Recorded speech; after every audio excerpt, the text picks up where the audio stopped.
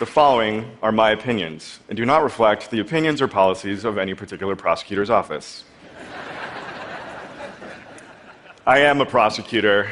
I believe in law and order. I'm the adopted son of a police officer, a Marine, and a hairdresser. I believe in accountability and that we should all be safe in our communities. I love my job and the people that do it. I just think that it's our responsibility to do it better.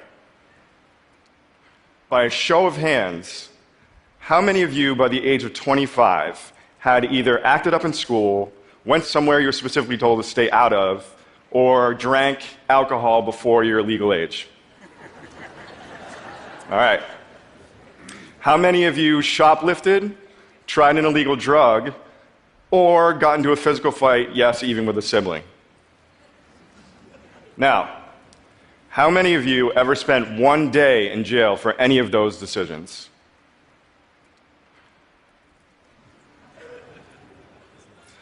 How many of you sitting here today think that you are a danger to society or should be defined by those actions of youthful indiscretion? Point taken. When we talk about criminal justice reform, we often focus on a few things, and that's what I want to talk to you about today. But first, since you shared with me, I'm going to give you a confession on my part. I went to law school to make money. I had no interest in being a public servant. I had no interest in the criminal law, and I definitely didn't think that I would ever be a prosecutor. Near the end of my first year of law school, I got an internship in the Roxbury Division of the Boston Municipal Court. I knew of Roxbury as an impoverished neighborhood in Boston, plagued by gun violence and drug crime. My life in my legal career changed the first day of that internship. I walked into a courtroom and I saw an auditorium of people who one by one would approach the front of that courtroom to say two words and two words only, not guilty. They were predominantly black and brown. And then a judge, a defense attorney, and a prosecutor would make life-altering decisions about that person without their input. They were predominantly white. As each person, one by one, approached the front of that courtroom, I couldn't stop but think, how did they get here? I wanted to know their stories. And as the prosecutor read the facts of each case, I was thinking to myself, we could have predicted that. That seems so preventable. Not because I was an expert in criminal law, but because it was common sense. Over the course of the internship, I began to recognize people in the auditorium, not because they were criminal masterminds, but because they were coming to us for help and we were sending them out without any. My second year of law school, I worked as a paralegal for a defense attorney, and in that experience, I met many young men accused of murder. Even in our worst, I saw human stories. And they all contained childhood trauma, victimization, poverty, loss, disengagement from school, early interaction with the police and the criminal justice system, all leading to a seat in a courtroom. Those convicted of murder were condemned to die in prison, and it was during those meetings with those men that I couldn't fathom why we would spend so much money to keep this one person in jail for the next 80 years when we could have reinvested it up front and perhaps prevented the whole thing from happening in the first place.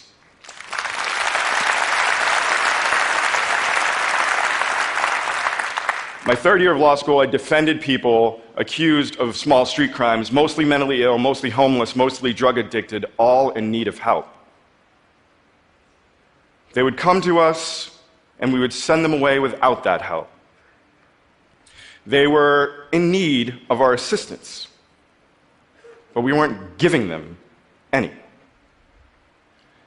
Prosecuted, adjudged, and defended by people who knew nothing about them. The staggering inefficiency is what drove me to criminal justice work. The unfairness of it all made me want to be a defender. The power dynamic that I came to understand made me become a prosecutor.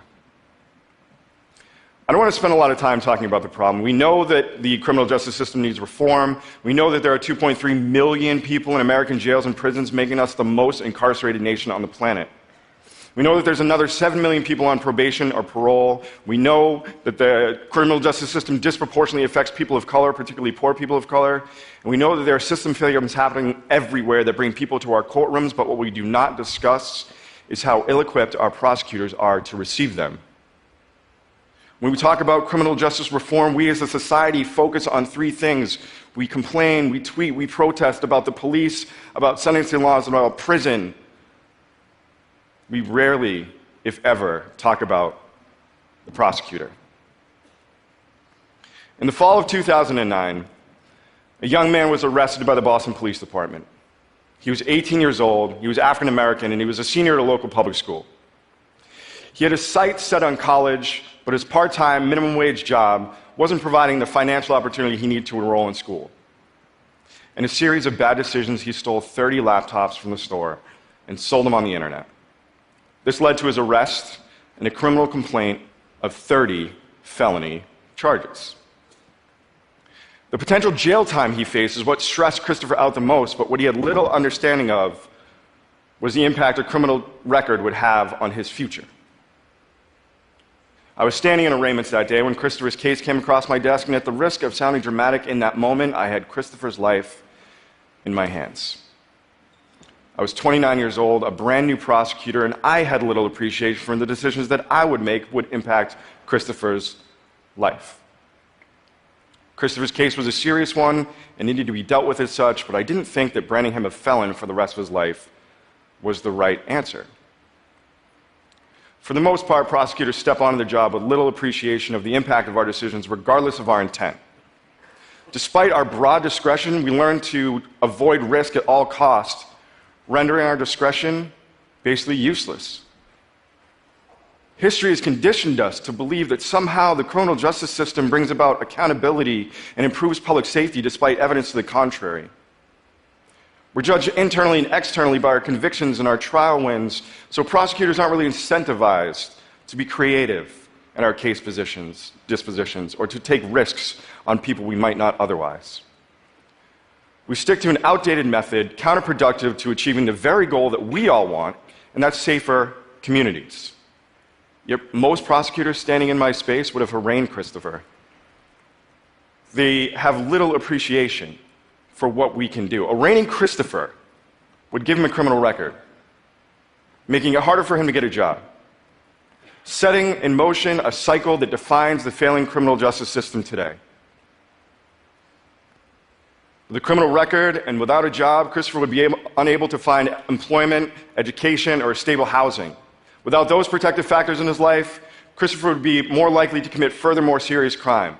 The more contact Kiristofer had with the criminal justice system, the more likely it would be that he would return again and again and again, all at tremendous social cost to his children, to his family, and to his peers. And ladies and gentlemen, it is a terrible public safety outcome for the rest of us. When I came out of law school, I did the same thing as everybody else. I came out as a prosecutor, expected to do justice, but I never learned what justice was in my classes. None of us do. None of us do. And yet, prosecutors are the most powerful actors in the criminal justice system. Our power is virtually boundless. In most cases, not the judge, not the police, not the legislature, not the mayor, not the governor, not the president can tell us how to prosecute our cases. The decision to arraign Kiristofer and give him a criminal record was exclusively mine. I would choose whether to prosecute him for 30 felonies, for one felony, for a misdemeanor, or at all. I would choose whether to leverage Kiristofer into a plea deal or to take the case to trial, and ultimately, I would be in a position to ask for Kiristofer to go to jail. These are decisions that prosecutors make every day, unfettered, and we are unaware and untrained of the grave consequences of those decisions. One night this past summer, I was at a small gathering of professional men of color from around the city, and as I stood there stuffing free finger sandwiches into my mouth, as you do as a public servant, I noticed across the room a young man waving and smiling at me and approaching me. And I recognized him, but I couldn't place from where. And before I knew it, this young man was hugging me and thanking me. You cared about me and you changed my life. It was Christopher. See, I never arraigned Christopher. He never faced a judge or a jail. He never had a criminal record. Instead, I worked with Christopher, first on being accountable for his actions, and then putting him in a position where he wouldn't reoffend. We recovered 75% of the computers that he sold and gave them back to Best Buy and came up with a financial plan to repay for the computers we couldn't recover. Christopher did community service. He wrote an essay reflecting on how this case could impact his future and that of the community. He applied to college, he obtained financial aid, and he went on to graduate from a 4-year school. After we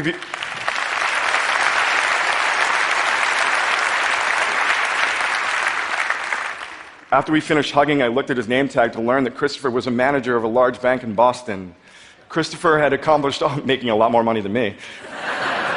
Christopher had accomplished all of this in the 6 years since I had first seen him in Roxbury Court.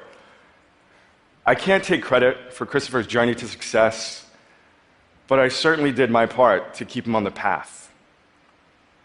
There are thousands of Christophers out there, some locked in our jails and prisons. We need thousands of prosecutors to recognize that and to protect them. An employed Christopher is better for public safety than a condemned one. It's a bigger win for all of us. In retrospect, the decision not to throw the book at Christopher makes perfect sense. When I saw him that first day in Roxbury Court, I didn't see a criminal standing there. I saw myself, a young person in need of intervention. As an individual caught selling a large quantity of drugs in my late teens, I knew firsthand the power of opportunity as opposed to the wrath of the criminal justice system. Along the way, with the help of and guidance of my district attorney, my supervisor, and judges, I learned the power of the prosecutor to change lives instead of ruining them. And that's how we do it in Boston. We helped a woman who was arrested for stealing groceries to feed her kids get a job. Instead of putting an abused teenager in adult jail for punching another teenager, we secured mental health treatment and community supervision. A runaway girl who was arrested for prostituting to survive on the streets needed a safe place to live and grow, something we could help her with. I even helped a young man who was so afraid of the older gang kids showing up after school that one morning, instead of a lunchbox into his backpack, he put a loaded 9mm. We would spend our time that we would normally take prepping our cases for months and months for trial down the road by coming up with real solutions to the problems as they presented. Which is the better way to spend our time? How would you prefer your prosecutors to spend theirs? Why are we spending $80 billion on a prison industry that we know is failing when we could take that money and reallocate it into education, into mental health treatment, into substance abuse treatment, into community investment so we can develop our neighborhoods?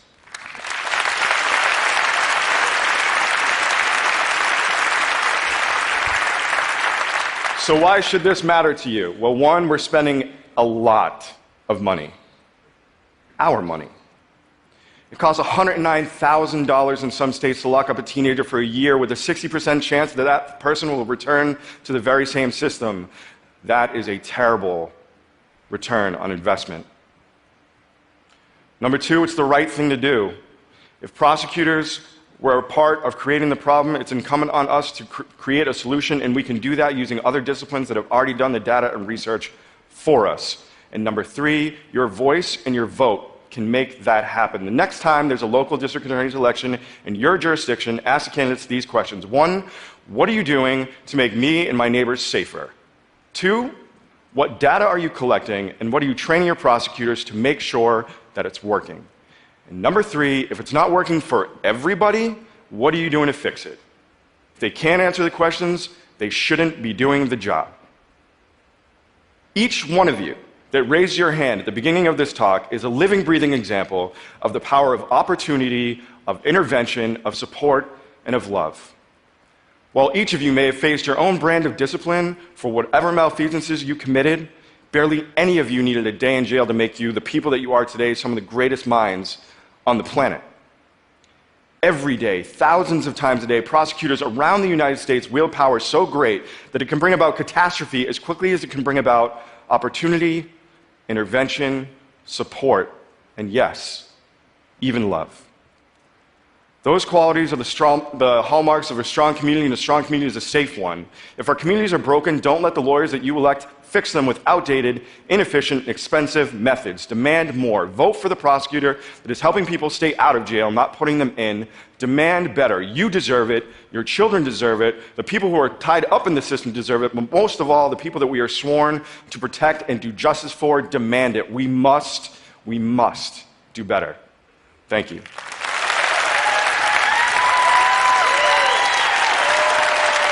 Thank you. Thank you very much.